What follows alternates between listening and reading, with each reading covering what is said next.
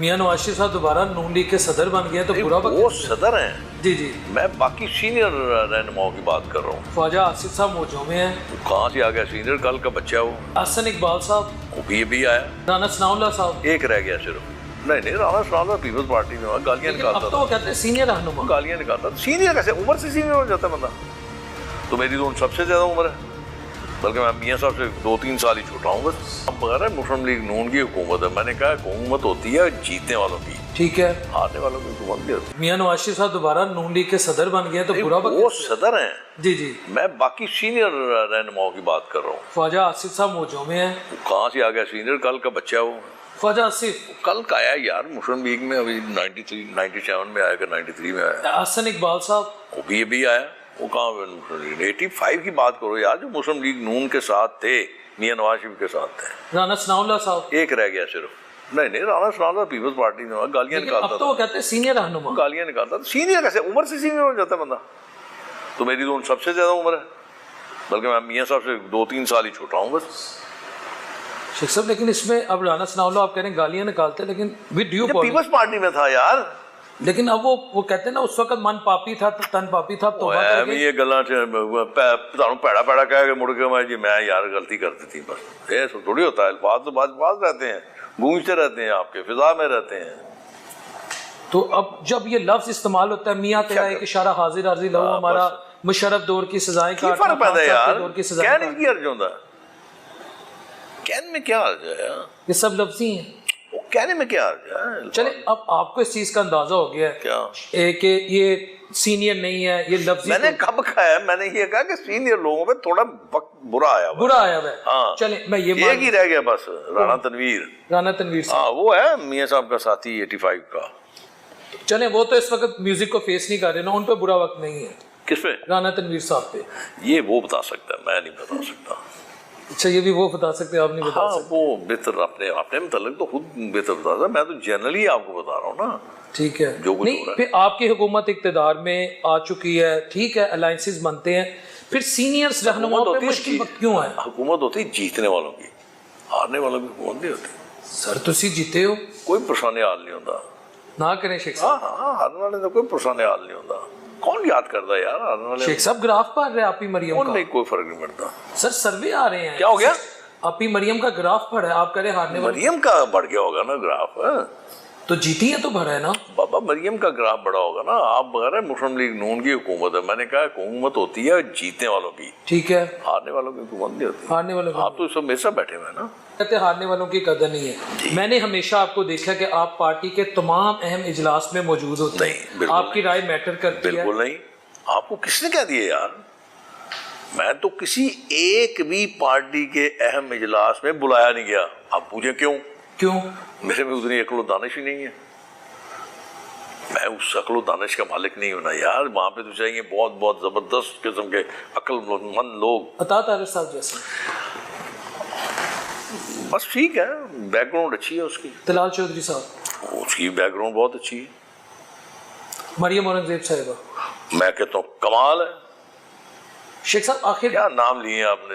ये सितारे हैं सारे मुस्लिम लीग नून के। तो आप क्यों नहीं बांध सके? माजरत के साथ, आपको तो फिर ज्यादा अकल नहीं है ना यार, उतना शऊर नहीं है मुझे। हो सकता है आप जो कह रहे हैं वो गलत हो। मेरी तालीम भी नहीं है इतनी। आपका तजुर्बा है? वो नहीं, तजुर्बा कौन देखता है यार। मैं ऑन रिकॉर्डेड कह रहा हूँ, ये आपके मुंह पे नहीं कह रहा। जब मैंने इलेक्शन सर्वे किया, वाहिद ये हल्का है जहां से मुझे आवाज आई शेख रुहेल असगर, नोट वसीम कादर। मैं बेटा इसीलिए मैंने कहा है ना कि मुस्लिम लीग नून के जो सीनियर रहनुमा उनको बुरा वक्त आया। चले क्यों आया ये बता दे। पता नहीं, यही बातें जो मैं कर रहा हूँ करेगा, ऐसी बातें इसलिए आया हुआ। तो मियां नवाज शरीफ साहब को नहीं अब अंदाजा कि उनके जो सीनियर साथी हैं उन पे बुरा वक्त है, वो दस्ते शफकत रखते हैं? फिर अगर इस तरफ आ जाए तो शेख साहब ये तो सवाल बनता है कि ये भी नहीं स्लो हो गए हैं बस। बड़ा अच्छा रवैया रहा उनका अपने दोस्तों के साथ, पता नहीं क्या हुआ, समझ नहीं आ रही। बेबस तो नहीं। मैंने हाला उनसे कहा भी था बहुत, जब मैं लंदन गया था मैंने उनसे कहा था, मैंने कहा बेहतर ये है कि आप अपने जो पुराने साथी हैं जो आपसे नाराज हैं या किसी वजह से भी आपके दूर अंदर आप उनको अपने साथ लें, अच्छा जस्टिस बनेगा, अच्छा इंप्रेशन आएगा। पता नहीं, अब उनकी अपनी मर्जी, मैं तो कह ही सकता हूँ। एज फैक्टर लगता है या बेबसी लगती है हालात के सामने? आप अगर मैं फॉर्म 45 और 47 पे आ जाऊँ। बेबसी नहीं होती यार, बेबसी काय की है, काय की बेबसी? 45 और 47 की बात हर जगह नहीं है, बातें ही हैं बस सिर्फ 45-47 मुझे फॉर्म देते हुए तकलीफ होती थी। 45 ऐसी बातें हैं, बातें करनी होती है ना, कह दो आप 45 है 47 है, किसने प्रूव करना है, किसने करना? मेरे पास अगर कोई होगा, जैसे मेरे पास कुछ ऐसी बातें होती हैं, मैं टीवी पे कह देता हूँ कि मैंने ये महसूस किया, मैंने ये महसूस किया, मैंने ये देखा कि एडीसी था कि एसी था, पता नहीं कौन था, वो मेरा रिटर्निंग अफसर है। जी जी। मेरे दोस्तों ने मेरे दस्तखत भी नहीं है वो, उसको रत्ती भर शर्म नहीं आई, उसने टर्न डाउन कर दी मेरी रिकाउंटिंग दरखास्त। क्यों की अंदाजा लगा ले? क्योंकि मुझे क्या पता, उससे पता होगा किससे पूछ के की क्यों की। ये अगर यहाँ मैं मिसाल के तौर पे, मैं एंकर नहीं, मैं बतौर पीटीआई का अगर एक मैं नुमाइंदा बैठूं या मैं पीटीआई का वर्कर हूँ, मेरी मेंटालिटी तो ये कहेगी कि शेख साहब की तो होनी नहीं चाहिए थी, शेख साहब की तो रिकाउंटिंग क्या, शेख साहब को तो जीतना चाहिए था। तो बाद में वसीम कादर साहब ने अपना पैंतरा बदला, भी ड्यू अपॉलॉजी पहले बदल गया होता।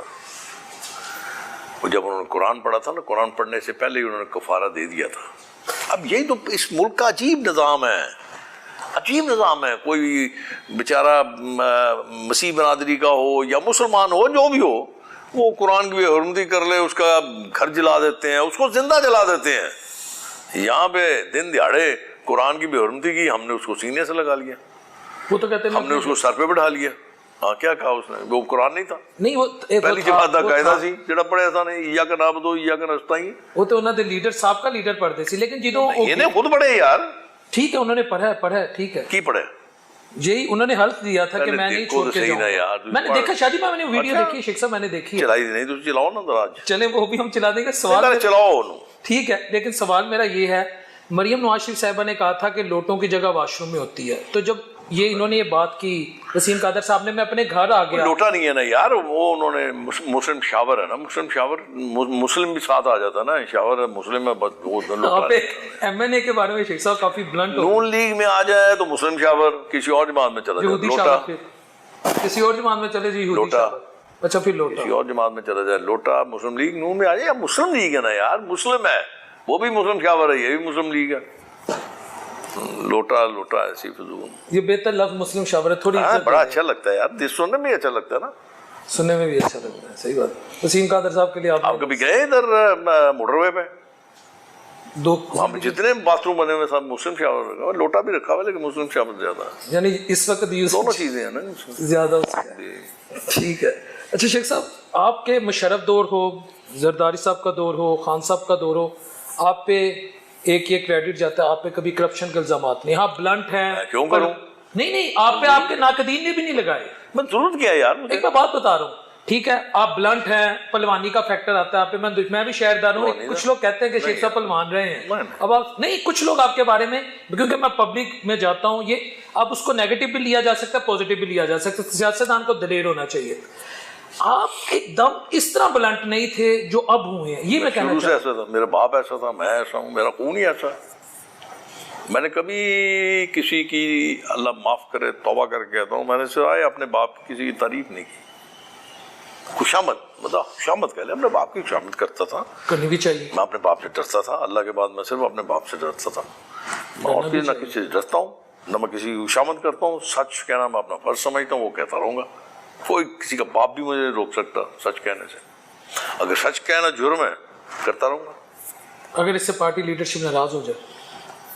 अल्लाह नाराज ना हो, बस मैं हमेशा यही दुआ करता हूँ कि मेरा रब मेरे से नाराज ना हो, अगर वो नाराज होगा तो बस ठीक है, फिर उठ जाऊंगा, यहाँ दुनिया से उठ जाऊंगा। अल्लाह ताला आपको जिंदगी देने नहीं, जिंदगी तो उसके हाथ में, आप हमेशा दुआ किया कीजिए कि अल्लाह आपका आपसे नाराज हो। इंसानों के नाराज होने से क्या फर्क पड़ता है यार, कुछ फर्क नहीं।